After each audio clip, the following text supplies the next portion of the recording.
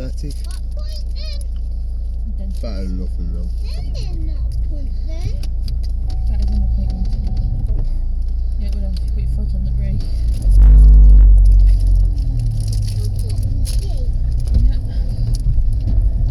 Cheers, he is. This is that. Why are you eating? Nothing? I see you eating. Nope.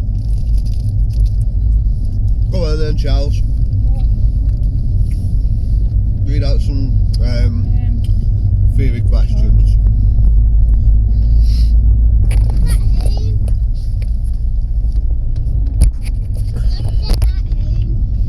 What at home? Do you know Charles is addicted to running the battery now? She's obsessed with running it low. 37%. Good morning, good afternoon, and good evening. Whoever you are and wherever you are, it's probably the evening when I release this. But wherever you are and whatever you're doing, good day to you, beautiful people. You are. Oh man, a question is a question. And I've got other people wanting to know. Let me just introduce. I've got people wanting to know what I'm doing to self-teach.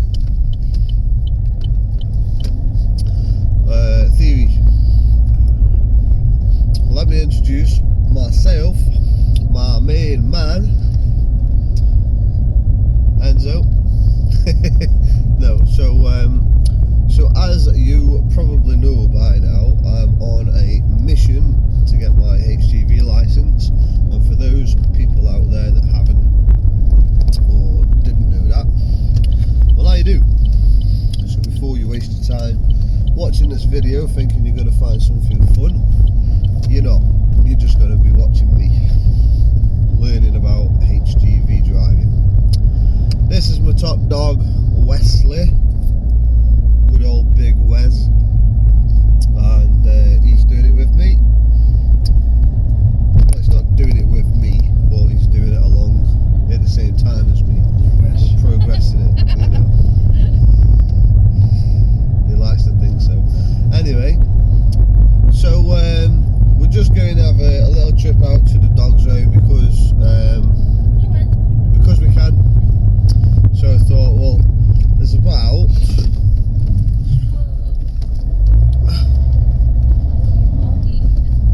how was that all about? She looked like she was going to go around the roundabout proper then, didn't she? Yep. Oh my god, someone goes all that for Halloween. Yeah. Craziness. Might do this year myself. Plenty of spiders around in this, so let them make the cobwebs all over the house. And then just spray some snowflakey stuff all over it.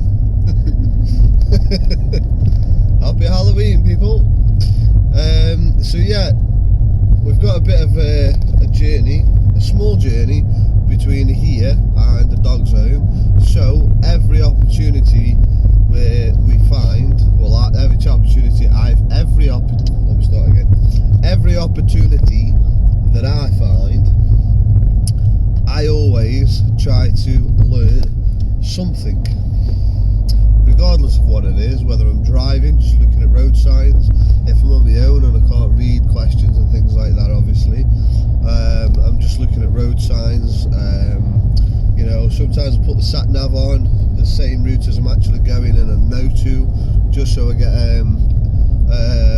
more familiarised with listening to sat navs and tuning your brain in to accepting sat navs being a part of your life, because they are going to be a part of your life behind the wheel of HGV.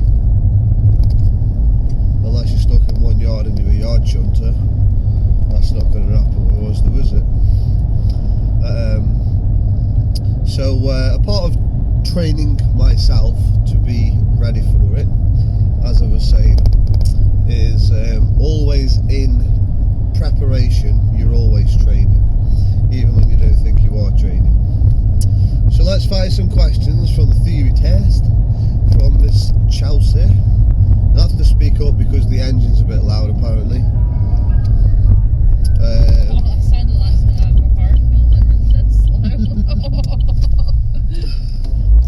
Indicate. And that's what you Fucking get. hell. No use.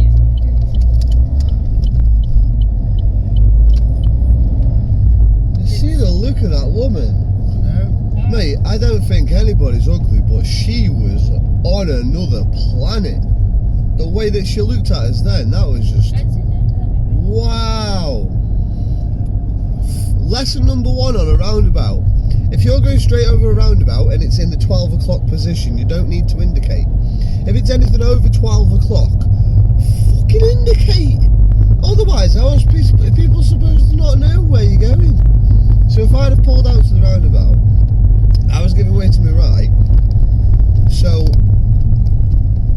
I needed to indicate, which I did.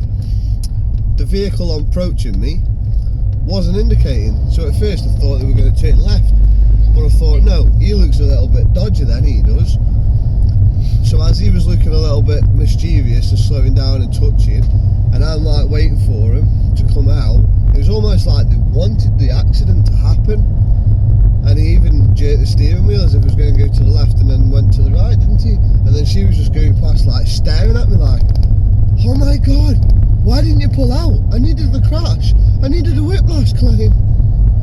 Some fucktards around this world, isn't there?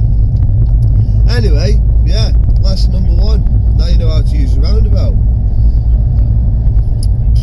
My life. Not literally though, for those that don't know how to use roundabouts, you know, it's just metaphorically speaking. Okay. Yeah, go on. You're driving a lorry carrying a load that's 4.5 metres wide. What's the maximum speed you're allowed to drive on a motorway?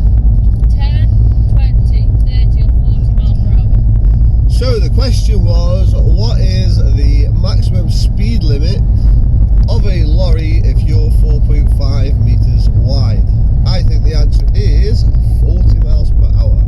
And to add to that, I also believe that on a single carriageway it's 35 miles an hour. Do you agree or disagree? Oh, he's not training. I'll just block him off the car. I'll blur his face out.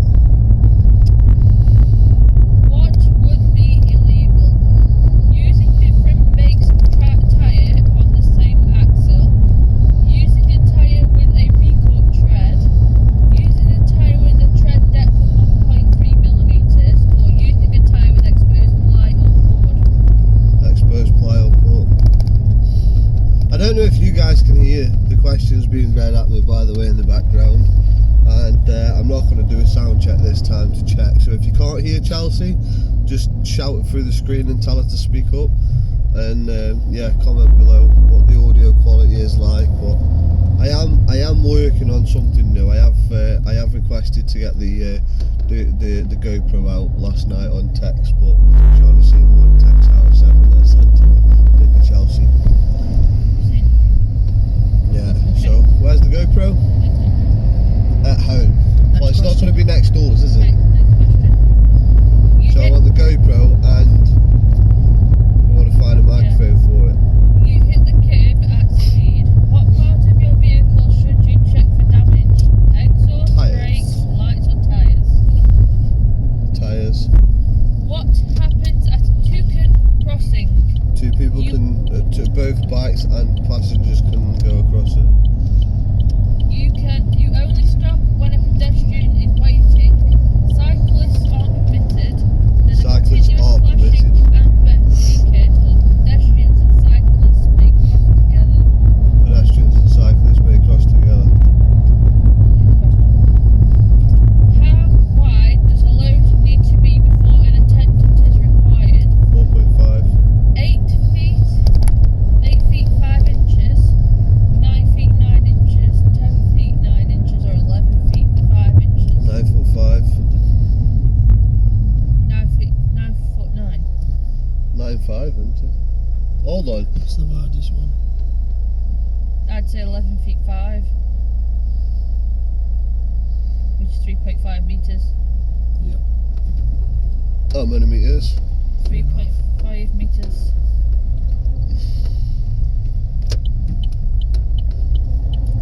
Next question. I can't get the answers until the end.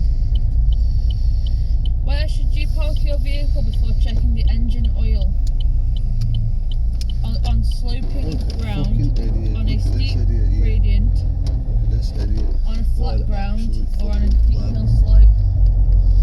Fucking idiot. Somewhere flat. No brains at all, have you? Next question. On flat ground. Of course, that me all you want. Have you seen this idiot behind? Doesn't matter. You Try and teach Caesar to be good HGV. Well, no, this is what I'm saying. But he's been patient with other road users. I am being patient, that's why I'm not getting out my yard and ripping his head off, so don't accuse me of being not patient when I am being patient. Irate and swearing isn't being patient. Where I does swear naturally without getting irated. where does a high pressure fuel injector He likes deliver winding me fuel? up all the time, just for the sheer hell of it. I'll repeat the question. We go on, keep going. 1 second, I was getting onto something, right?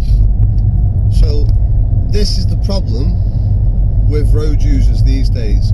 He was cussing at me, I was just making him aware that, yeah, I can see you cussing at me. Yes, legal requirements are to scissor in. Not to hog the entire road and stop people from cutting in front of you. Scissor in. And this guy's there trying to stop me. That's why I'm looking at the wing mirror, making sure he's not touching the side of my vehicle, obviously, so I can just stop him from going forward, because it was my right of way. So when he's sitting there and cussing at me, you've got two options, haven't you? You can either be calm, or you can throw a few swear words out of your mouth, like I do anyway. I apologise if you don't like swearing, but I don't care. Can't out swearing, can I? You know what I mean? I just swear when it slips out my room, but I still remain calm and collective. More so, I was smirking and being like what you're actually doing is just being, calm. It's weird that you're acting like you're in a zoo. If you're gonna drive on the road, respect everybody. I mean, respect everybody else that's on the road, including yourself. Have some self-respect. Back to the question, anyway. Where does a high pressure fuel injector deliver fuel? Into the cylinder. Into the carburetors, into the combustion chamber, into the manifold, or into the crankcase? Combustion chamber. Wes, what do you think? Yeah. Why should your engine oil be changed at the recommended intervals? Hold on. Reduce- 1 second. Going back to the why thing, something else has just made me remember about that. I want to learn, just because it's in my mind, how we've just done that, we were questioning about it. So instantly now that makes me think, let's go and study extra just on vehicle sizes and the laws, so we're knowing fluently, rather than just guessing the answers, we know the fluent answers in both meters and feet, and having the ability to calibrate them. Metric and imperial. Both metric and imperial, so you can... That's where I'm learning at the minute. That's where I'm up. You can't merge and enter, so I use two phones. Like to merge them. If you're watching this video separately, I've just started recording and then the camera stopped recording for some weird unknown reason. I'll look into it later, but we're just in the process of recording us doing some training. So if you're looking at this video and wondering why it doesn't make sense, there will be either another video prior to this, or just ignore what I'm saying now, and I'll have found a way of merging the two videos together, because for some reason it stopped recording. So let's just continue and we'll see how it pans out. But now you know. By the way, welcome, subscribe, and comment below. All below. Yeah, let's go. Chop chop. Come on. Why should your engine oil be changed at the recommended intervals? To reduce friction and wear for a better steering control, to prevent oil leaks, or to improve clutch wear? To reduce engine wear. Clutch wear. No, friction. To reduce the friction and wear. Yeah. What's the main reason for Try to cleaning speak your up a wheels? tad so they can hear as well. What? Try to speak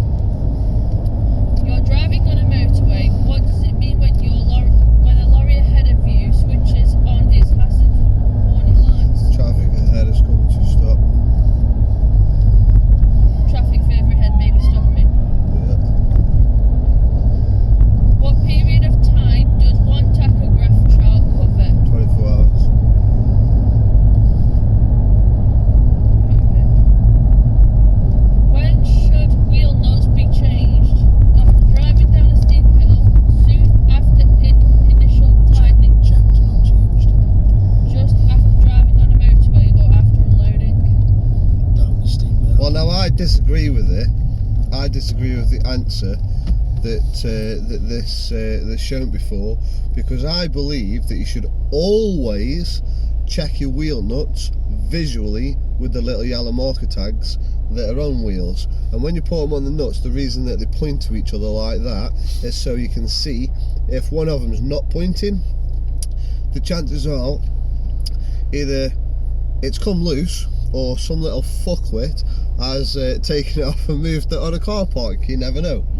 But if you know about it, if you go and do your visual check, you check your wheel nuts every single time you get out the cab to do your walk around check. If you've just had a break, a rest, or a sleep, or come away from your vehicle, go back to your vehicle and have a walk around check.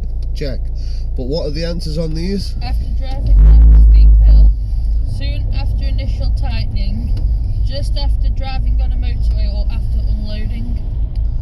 So, tricky question this is, because after unloading, realistically after you've unloaded, you do a walk around vehicle check, don't you, before you go and drive off or get reloaded and things like that. So you're doing a visual inspection, but I'm pretty sure it's only the answer to this one is on the theory test. They only want to know after you've initially, what does it say, after you've initially tightened? Soon after initial tightening.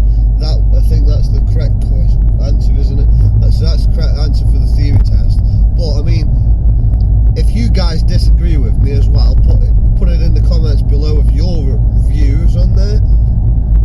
It's worded really awkwardly. Maybe I'm just a deep thinker, I don't know. I am a deep thinker though.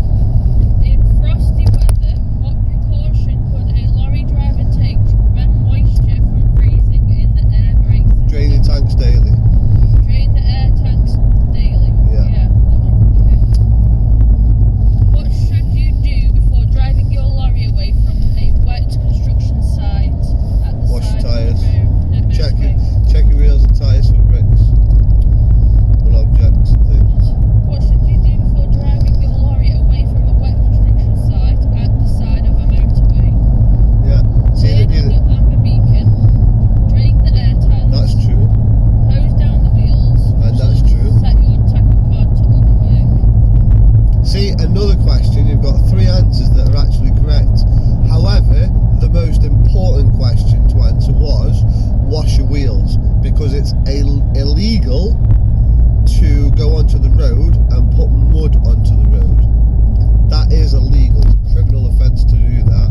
So that would be my answer for that question. Hose down the wheels. Yeah, hose down the wheels. But at the same time, I would definitely put your mind into remembering, just because it's saying hose down wheels, always remember, construction sites, if you've not got your beacons on, you might need to put your beacons on. Check the work prior to going to construction sites. Also, things like hard hats, high-vis vest, toe caps, workwear, gloves. I know people say, oh, I'm too manly for gloves. Me, I've always got crappy hands, aren't I? You know what I mean? We proper man's hands, aren't they?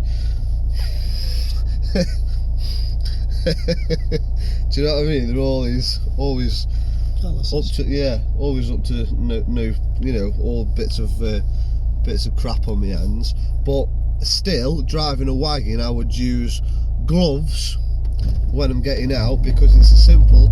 Take your gloves off and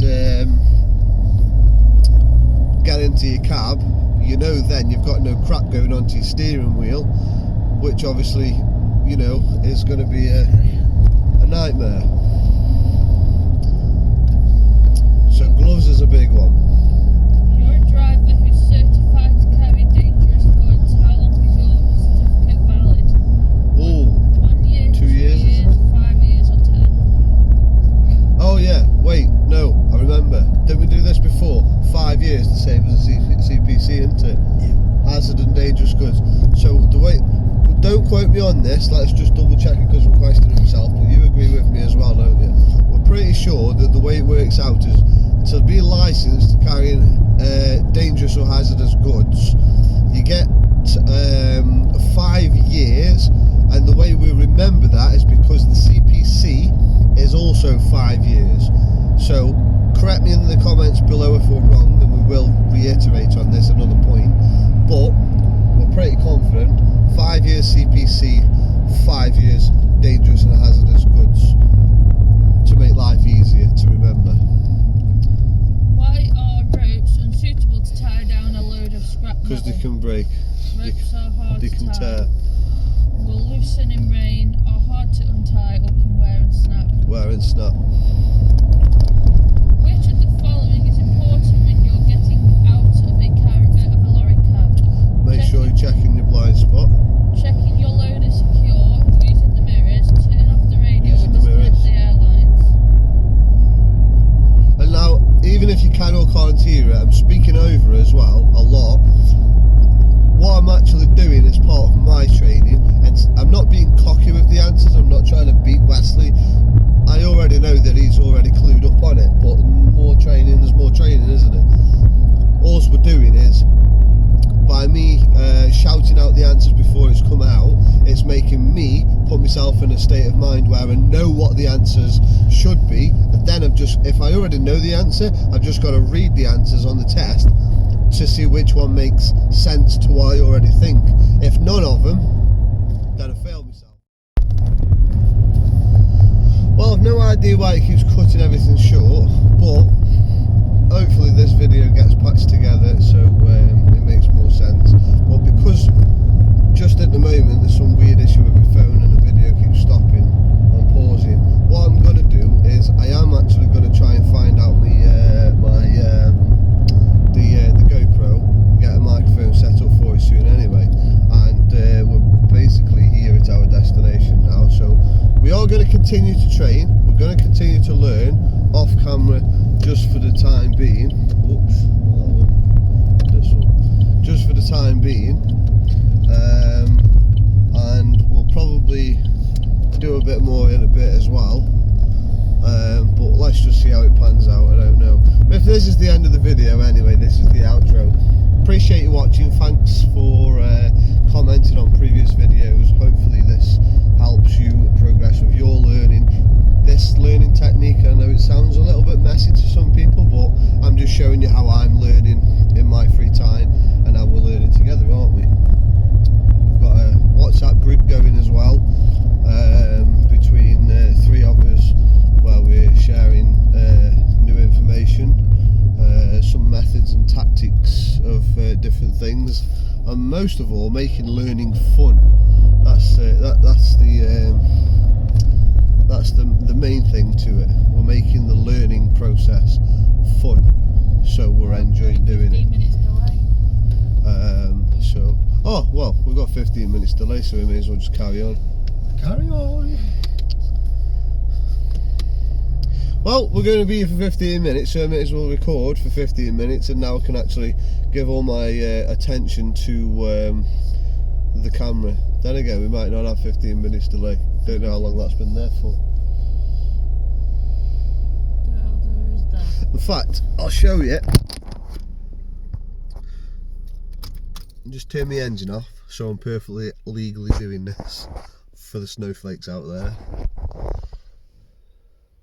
Temporary obstruction, 15-minute delay. But it doesn't actually tell you when or what time they started, so could have a minute, could have, we're just going to say up to 15 minutes delay. And great, now we've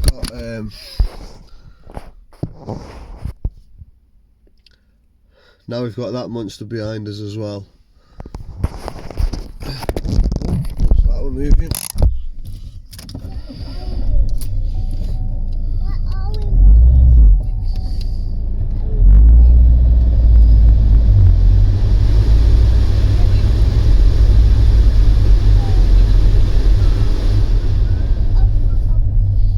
That's too much of a tight gap. Not necessarily.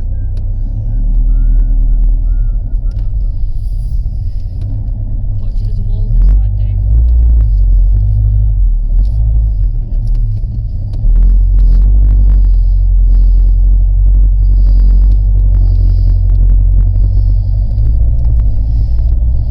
gotta gain some good experience, even when you're driving the car.